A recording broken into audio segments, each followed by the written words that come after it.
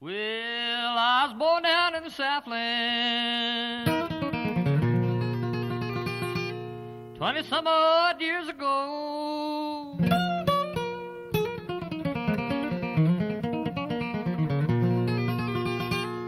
I ran away for the first time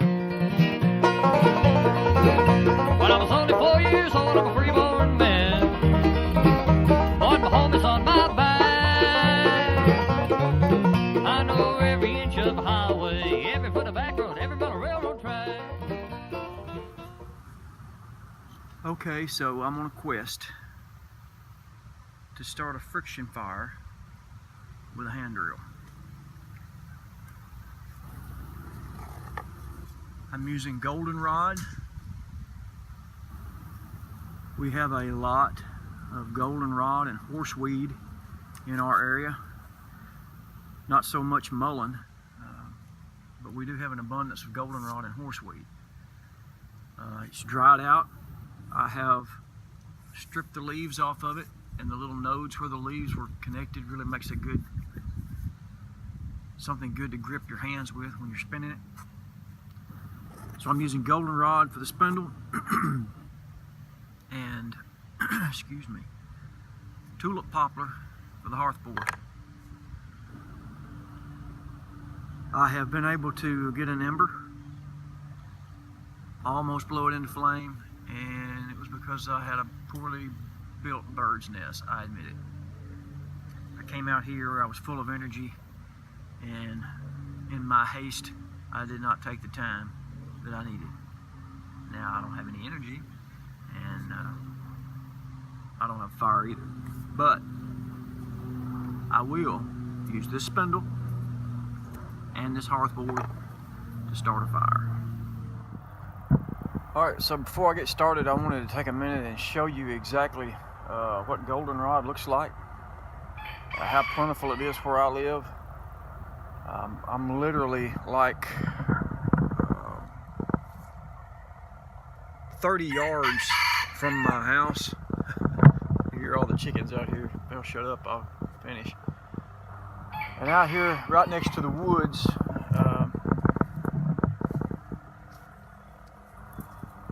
this is goldenrod. You probably can see that bee on there. That's a bumblebee. That's not a honeybee. I have honeybees, but they really, all the bees like goldenrod.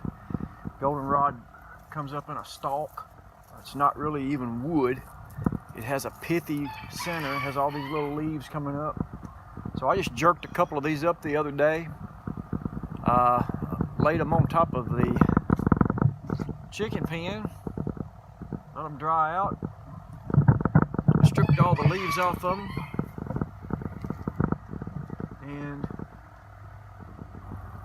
cut it down and made me a spindle out of it. Okay, so here is another example of some goldenrod really blooming up here recently. It's growing up through a chicken pen that I've got out here, not using right now. About 4 or 5 stalks of it, and that one stalk there's like 8 foot tall. It would have made probably a better spindle than what I have. There's just another example. Okay, so here's the tulip poplar tree where I got my material. It's usually pretty plentiful down around the bottom of them. They shed all their lower limbs so they can grow tall, and this thing is really shooting up there. I remember when it was just a very small tree. And it's literally like, I don't know, 50 yards from the house, maybe 75. This is where I got my material. Tulip poplar is very plentiful around here. This little community is actually called Poplar Grove. So there's what the leaves look like a little shirt. So that's where I got my materials. Let's go start a fire.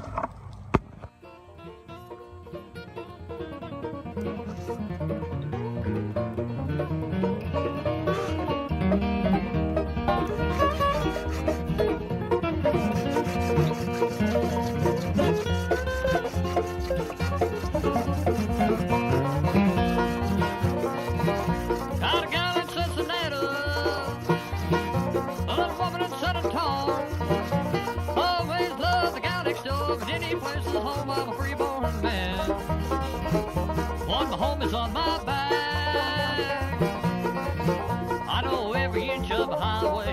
every foot of back road, every mile of railroad track.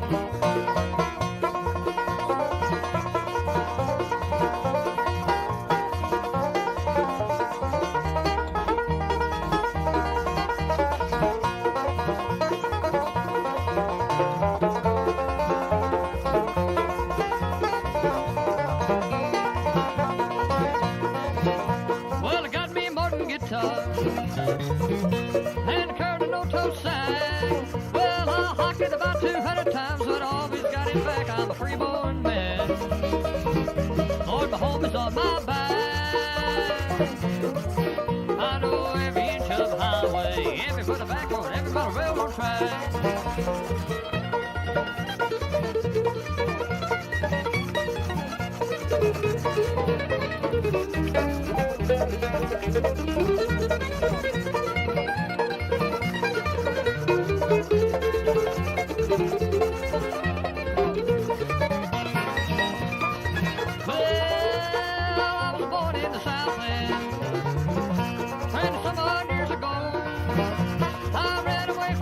But I was only 4 years old, I'm a freeborn man. My home is on my back. I know every inch of the highway, every foot of back road, every mile of railroad track.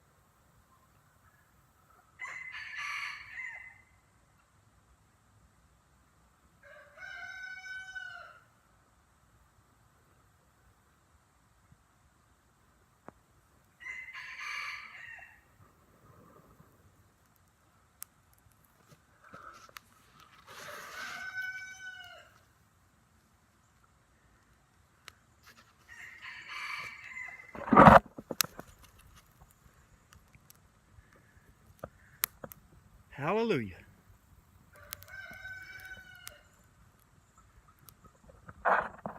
Whew. Hope my camera's not too close. My iPhone, I should say. I don't have much of a camera. I apologize for the Nike tennis shoes that look like they've been run over by a truck. I've got a couple of yards to mow, and these are my mowing shoes. On the hand drill fire, just a couple of thoughts. When you think that you have an ember, you crank it up. You keep going till you think you're going to melt through into the dirt. And it's a sinking feeling, take it from me, when you pull that spindle away and the smoke slowly dissipates and you have nothing but a pile of dust. But it's also a rewarding feeling when you pull it away and you see that glowing ember.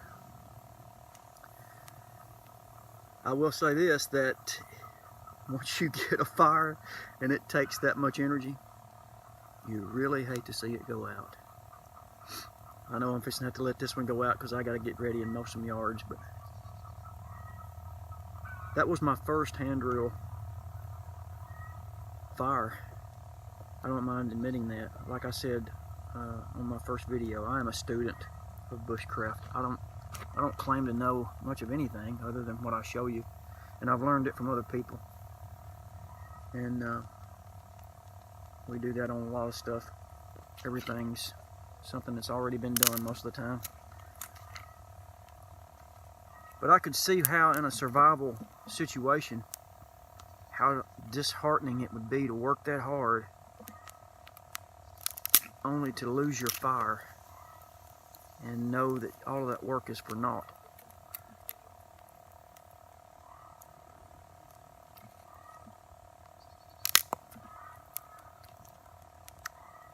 With that being said, there you go. The inner bark of the tulip poplar processed down, shredded up, makes an excellent tinder bundle once you can get that ember. I actually went back into the shop for a second and came back out here, and the bird's nest that I had made was still going, and I thought, I'm not letting it go out. I worked too hard. So there you go. It's going good. I could make a very sustainable fire with this. I'm already up to finger-sized sticks on it. So that's it. Alright, I hope you enjoyed the video. Like I say, I'm not a professional by no means. I'm just a student. I hope that somehow maybe I have showed you something that might make it easier for you. I urge you to get out into the woods to learn these skills and to get prepared. Not only for this life, but for the next one as well. Well, I was born down in the Southland 20-some odd years ago.